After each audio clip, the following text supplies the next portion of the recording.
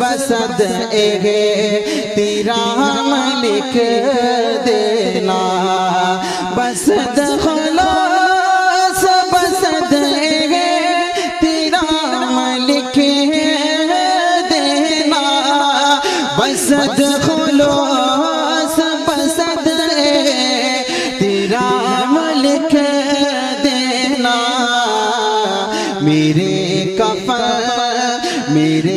कफन पे मोहम्मद। हज़रात, मैं आपको बताता चलूँ कि आज का ये जो प्रोग्राम है, ये प्रोग्राम कहते हैं कि कोई भी चीज़ अगर बग़ैर मीर के हो, बग़ैर अगर कोई मीर कारवां ना हो, उसका कोई कायद और राइद ना हो, तो फिर वो चीज़ कामयाबी से हमकनार नहीं हो सकती।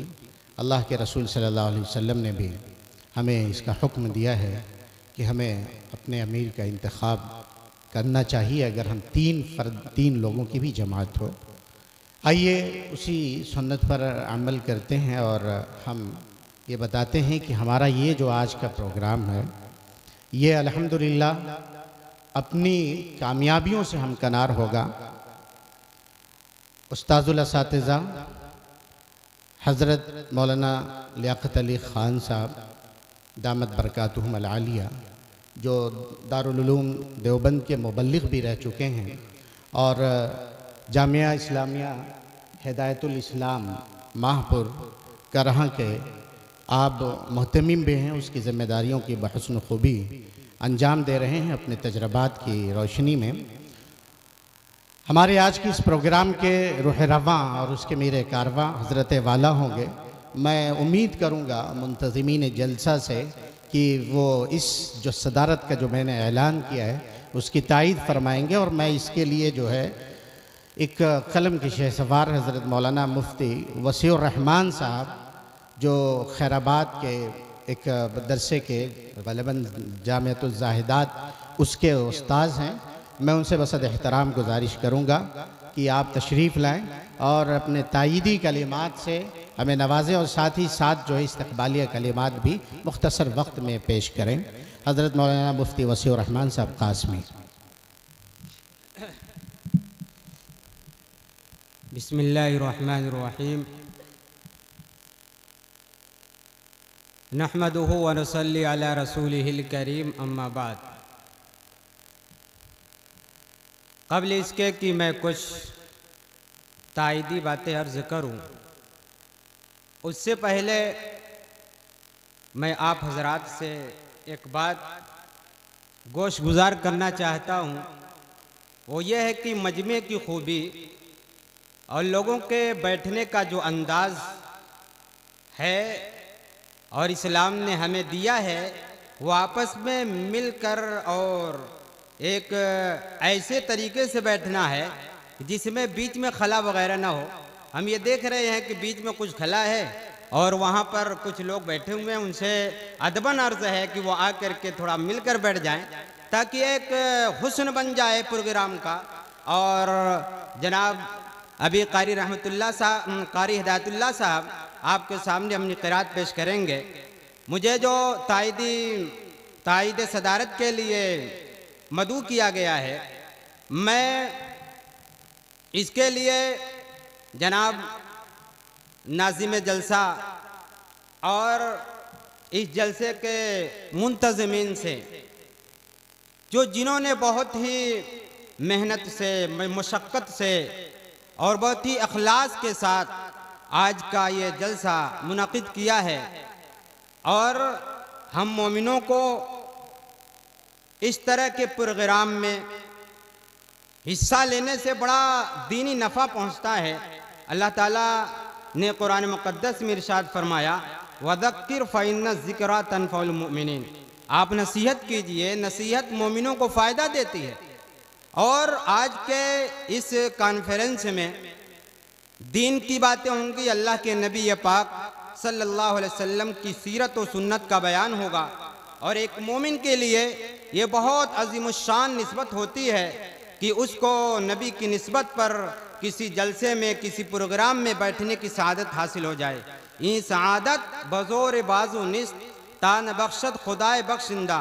ये बैठना, इस निस्बत पर जलसे में शिरकत फरमाना और उलमाए रब्बानियीन का दीदार करना, मुफ्तियान एज़ाम और मुदर्रिसीन एज़ाम और इसी तरीके से बहुत से अल्लाह के नेक बंदे मेहमानान एज़ाम तशरीफ़ फरमा हैं, उनकी दीदार से, उनकी बातों से लुत्फ़ अंदोज़ होना ये बड़ी सआदत की बात होती है।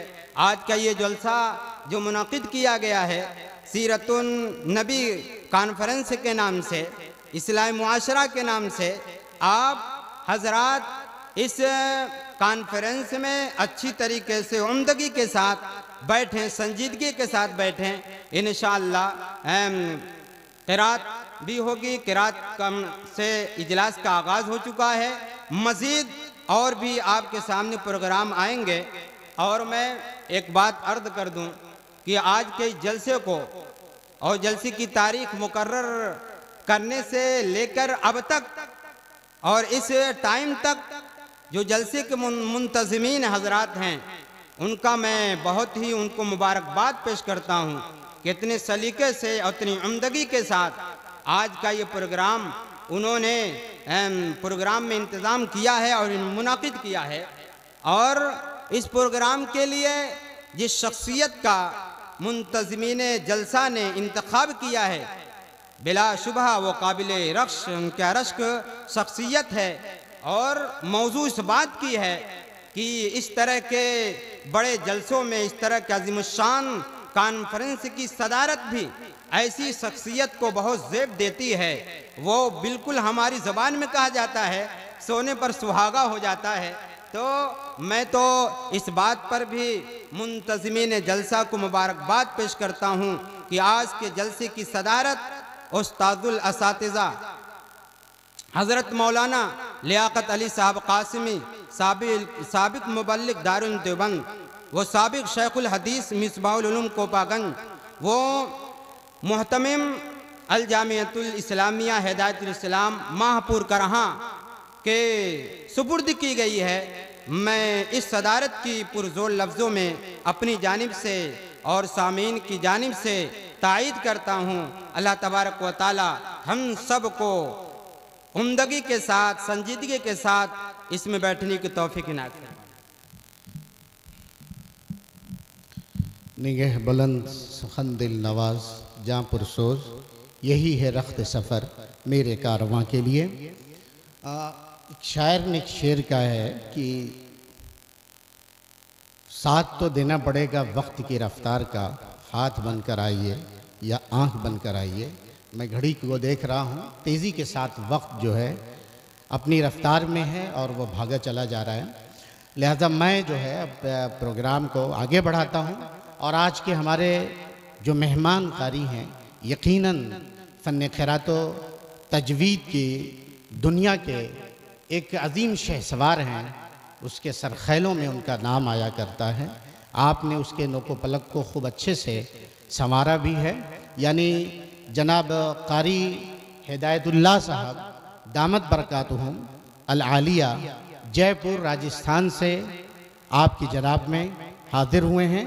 मैं बसत खुलूस व मोहब्बत हज़रत वाला से दरख्वास्त करूँगा तशरीफ़ लाएँ और कुरान मुक़द्दस की आयात तिलावत फरमा कर हमारे दिल की दुनिया जो है उसको जगमगा दें, उसे रोशनी बख्शें।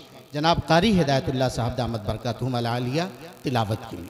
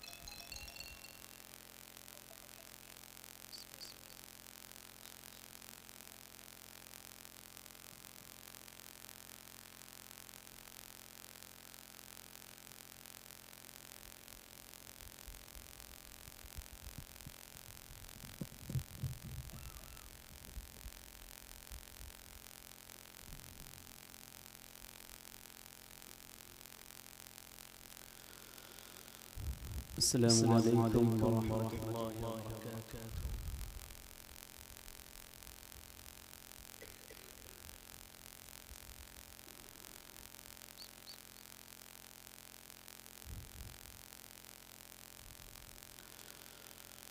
أعوذ بالله من الشيطان الرجيم.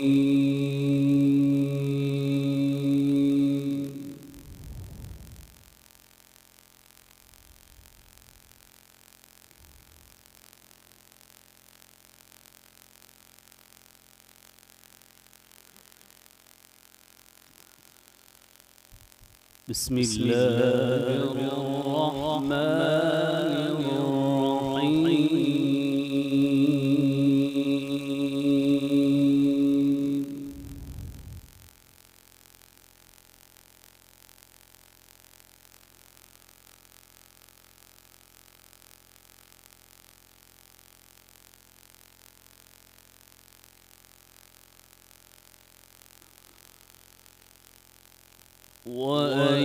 وأيوب إذ نادى ربه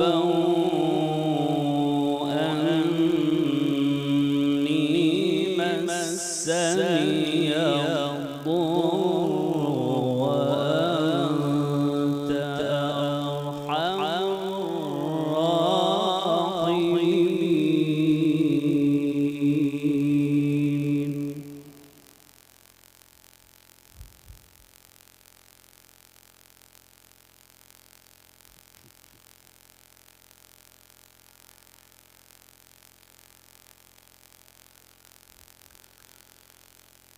فاستجبنا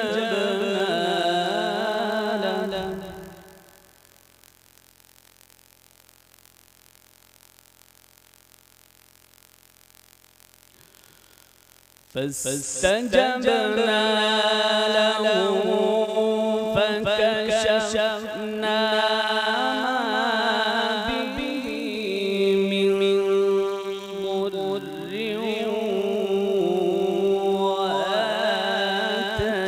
وآتيناه أهله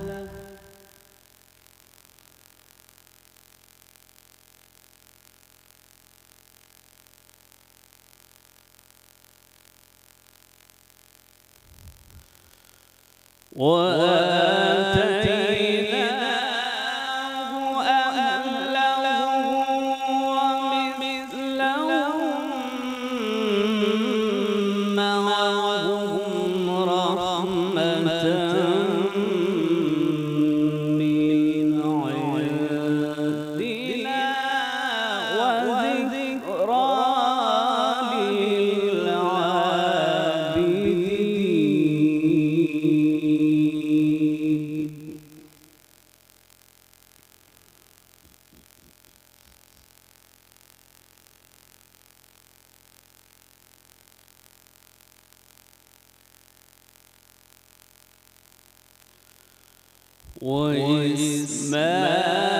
وإسماعيل وإدريس وذا الكفل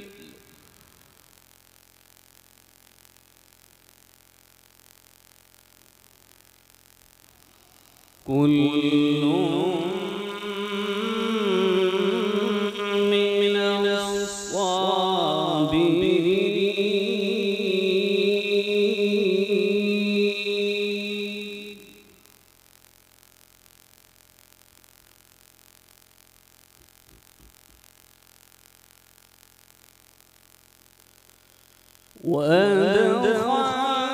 وأدخلناهم في رحمتنا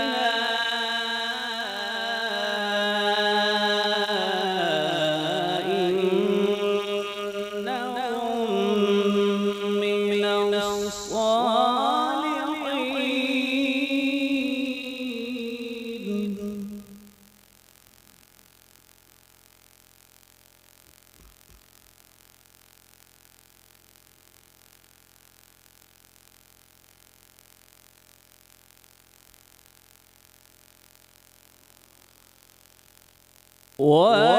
وإسماعيل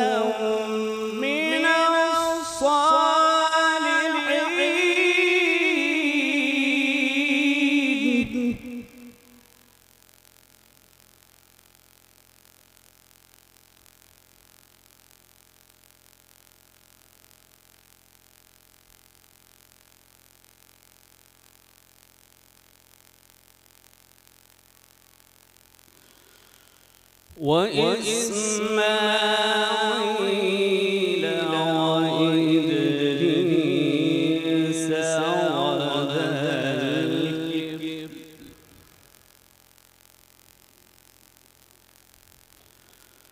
كل من الصابرين.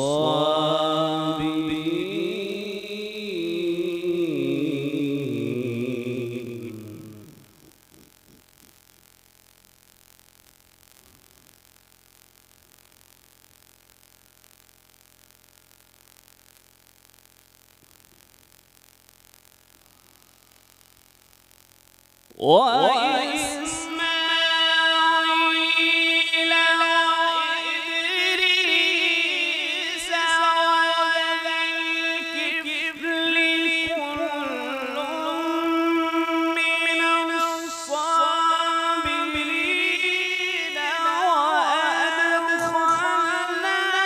وأدخلناهم في رحمتنا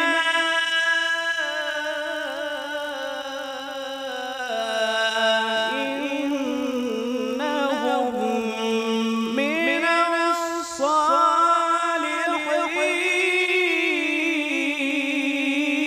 الصالحين.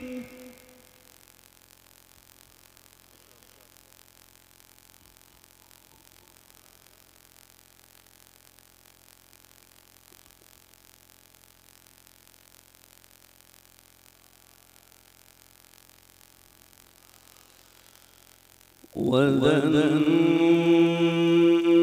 النون إذ ذهب مغاضبا فظن أن لن نقدر عليه فنادى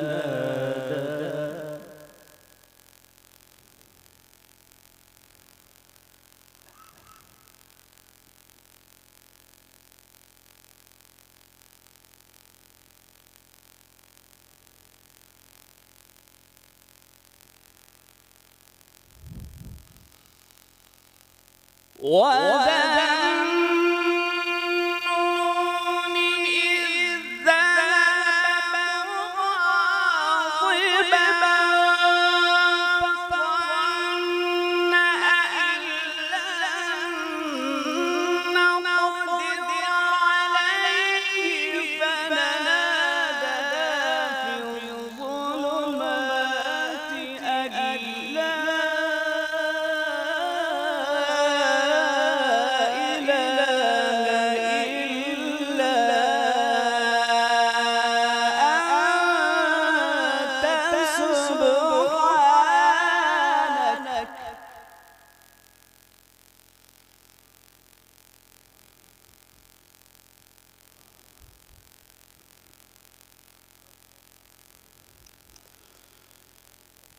سبحانك إني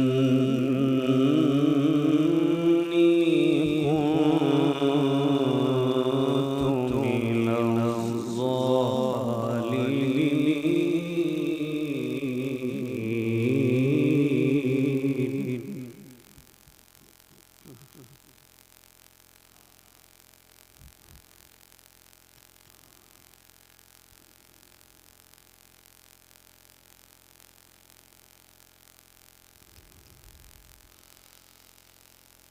وذا النون إذ ذهب مغاضبا فظن أن لن نقدر عليه فنادى في الظلمات أن لا إله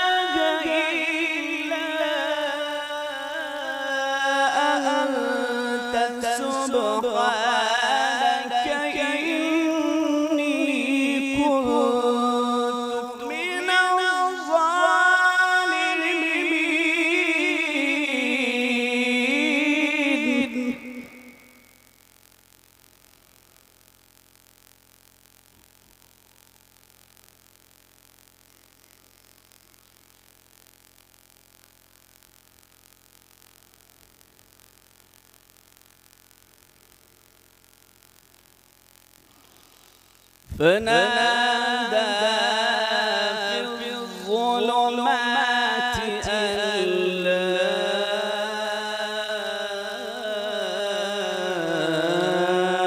إله إلا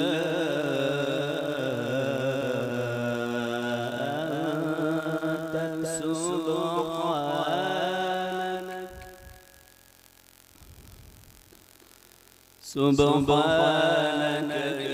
إني كنت من الظالمين.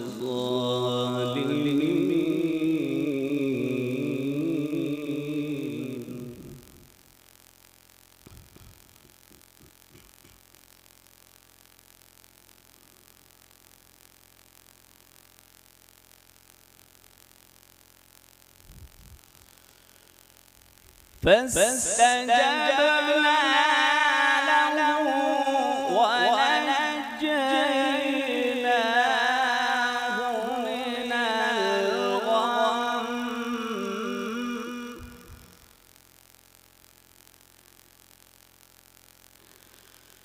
وكذلك ننجي المؤمنين.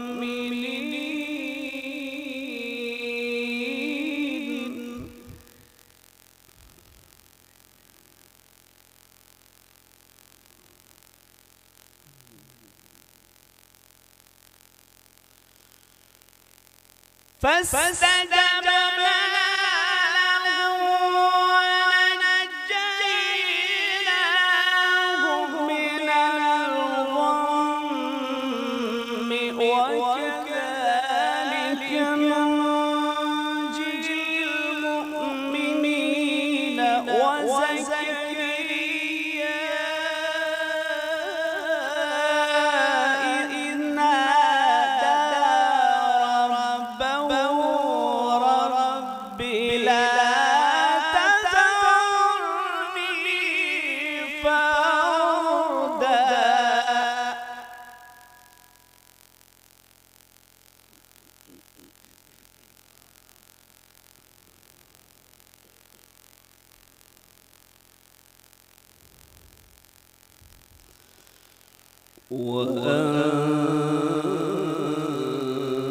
وأنت خير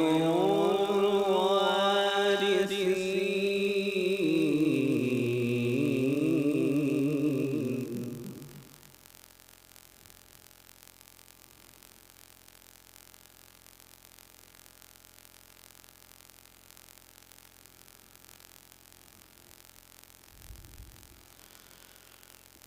وزكريا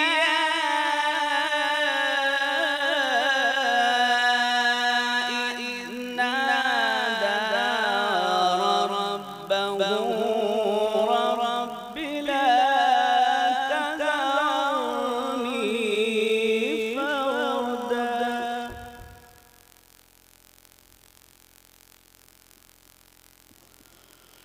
وأنت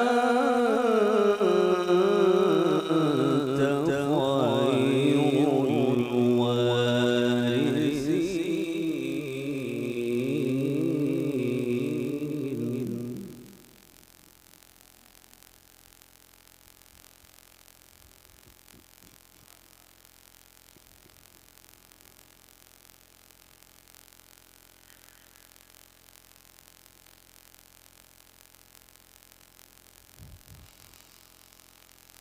فاستجبنا له ووهبنا له يحيى وأصلحنا له زوجه إنهم كانوا يسارعون في الخيرات ويدعوننا رغبا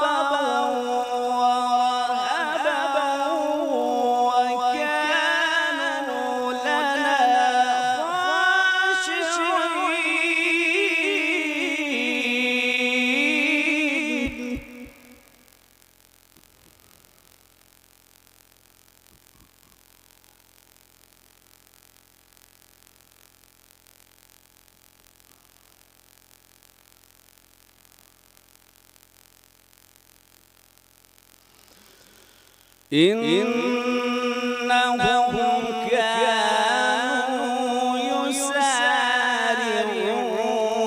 في الخيرات ويدعوننا رغبا ورهبا وكانوا لنا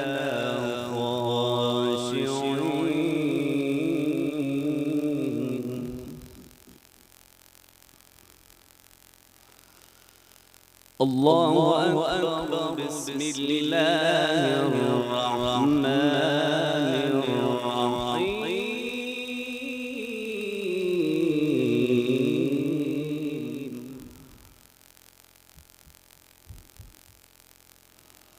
والضحى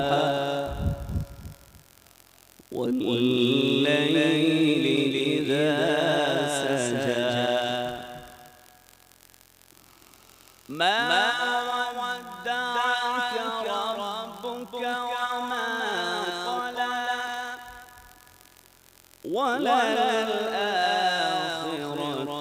خير لك من الأولى.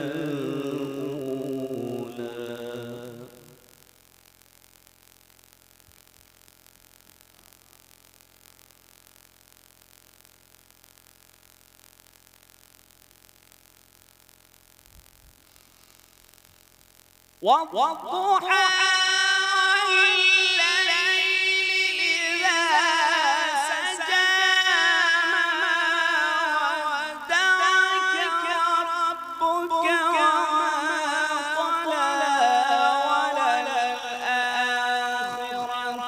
خير لك من الأولى ولسوف يعطيك ربك فترضى.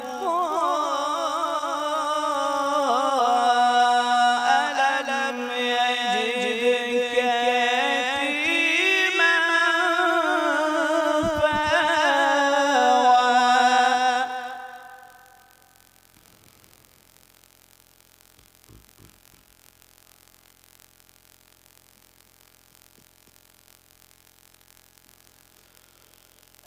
ووجدك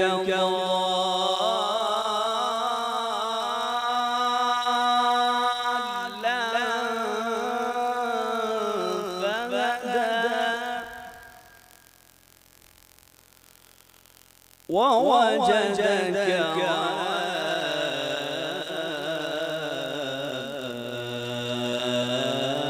عائلا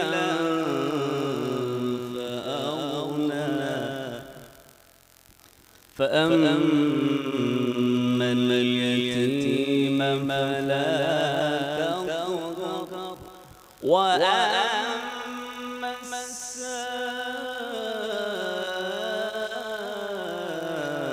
السائل فلا تنهر.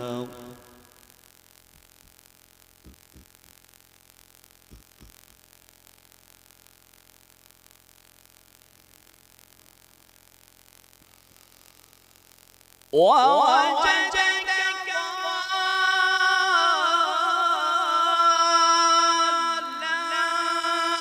فهدى ووجدك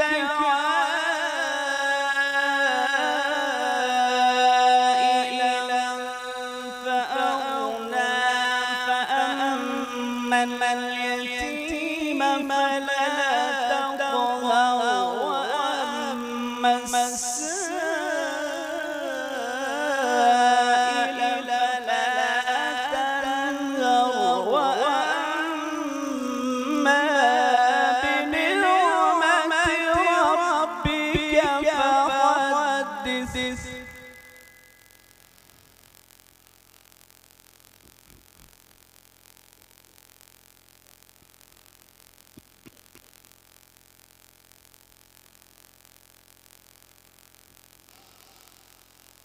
لا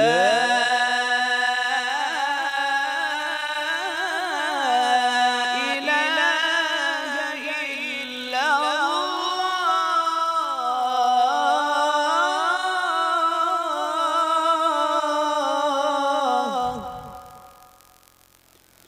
الله أكبر ولله الحمد.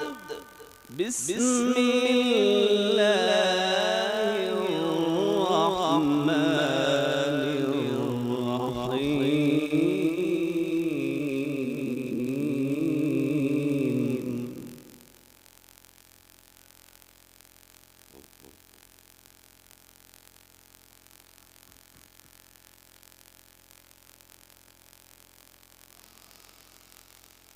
إذا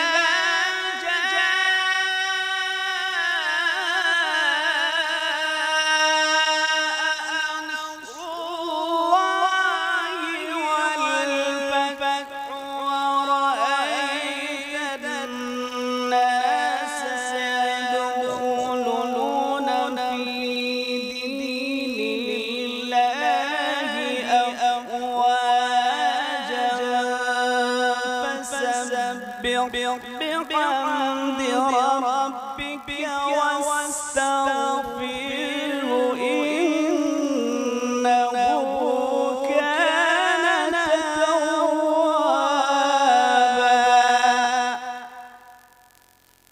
فسبح بحمد ربك